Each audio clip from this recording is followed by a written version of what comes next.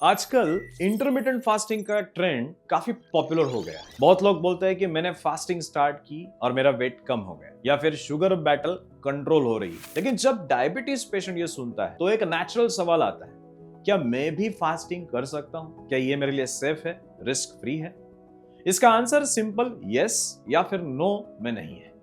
Intermittent fasting diabetes patient के लिए beneficial भी हो सकती है और रिस्की भी है। ये डिपेंड करता है पेशेंट का टाइप क्या है, उसके शुगर कंट्रोल की स्टेटस क्या है और वो कैसे इस फास्टिंग को फॉलो कर रहा है। चलो सबसे पहले समझते हैं कि फास्टिंग बॉडी के अंदर क्या क्या करता है। जब आप लॉन्ग गैप देते हो खाने के बीच में तो बॉडी स्टोर्ड एनर्जी को यूज करना शुरू कर देता है। मतलब इंसुलिन लेवल्स नीचे आते हैं और बॉडी के अंदर जमे हुए फैट को ही बर्न करना चालू कर देता है। इसी वजह से इंसुलिन रेजिस्टेंस इंप्रूव होता है, जो टाइप 2 डायबिटीज का मेन रूट कॉज है। एग्जांपल से समझो, अगर कोई पेशेंट दिन भर थोड़ा थोड़ा खाते रहता है, चाय, बिस्कुट, स्नैक्स, शुगर स्पाइक्स, तो आएगी इंसुलिन हमेशा हाई रहेगा क्योंकि आप हर बार खा रहे हो। लेकिन जब आप ईटिंग विंडोज को लिमिट करते हो, जैसे 8 से 10 घंटे का विंडो, बाकी फास्टिंग, तो बॉडी को ब्रेक मिलता है और शुगर कंट्रोल इंप्रूव हो सकता है। इसलिए टाइप 2 डायबिटीज के अर्ली स्टेज में कंट्रोल्ड इंटरमिटेंट फास्टिंग काफी यूजफुल हो सकता है, स्पेशली जब उसके साथ डाइट और लाइफस्टाइल को भी आप इंप्रूव कर रहे हो। लेकिन यहाँ सबसे इंपॉर्टेंट पार्ट है रिस्क। अगर कोई पेशेंट मेडिसिन या इंसुलिन ले रहा है और बिना गाइडेंस के फास्टिंग स्टार्ट कर देता है तो शुगर डेंजरसली लो भी हो सकती है। इस कंडीशन को हाइपोग्लाइसीमिया कहते हैं, जिसमें डिजीनेस, स्वेटिंग, कंफ्यूजन और इवन अनकॉन्शियसनेस तक भी हो सकता है। इसीलिए फास्टिंग ब्लाइंडली फॉलो करना डायबिटीज पेशेंट के लिए डेंजरस हो सकता है।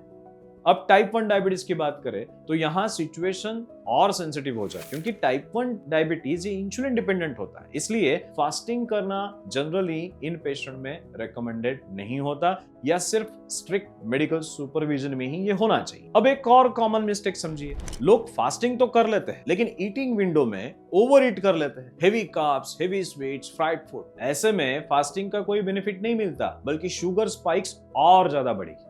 इसीलिए फास्टिंग का मतलब सिर्फ ना खाना नहीं है, बल्कि कब और क्या खाना है ये इक्वली इंपॉर्टेंट है। अब चलो प्रैक्टिकल बात करते हैं। अगर कोई टाइप 2 डायबिटीज का पेशेंट फास्टिंग ट्राई करना चाहता है तो वो क्या ध्यान रखे?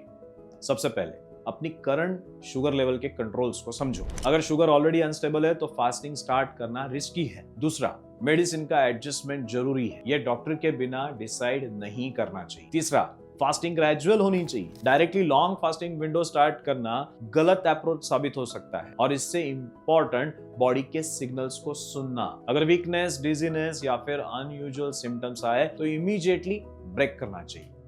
सिंपल शब्दों में अगर इसे समझाऊं तो इंटरमिटेंट फास्टिंग एक टूल है, मैजिकल सॉल्यूशन नहीं। सही पेशेंट, सही कंडीशन और सही गाइडेंस के साथ अगर इसे यूज किया जाए तो बेनिफिट डेफिनेटली होगा, लेकिन गलत तरीके से किया जाए तो रिस्क भी हो सकती है। और इसी तरह के स्ट्रक्चर्ड अप्रोच पर काम किया जाता है माधवबाग में, जहां फास्टिंग डाइट और लाइफस्टाइल को पेशेंट के कंडीशन के हिसाब से प्लान किया जाता है, ताकि शुगर कंट्रोल सेफ और सस्टेनेबल तरीके से इंप्रूव हो। अगर आपको ये एक्सप्लेनेशन क्लियर लगा वीडियो को तो जरूर लाइक कीजिए, और अगर आप इंटरमिटेंट फास्टिंग ट्राई करना चाहते हो और कंफ्यूज हो कि आपके केस में सेफ है या नहीं, तो कमेंट में जरूर पूछें।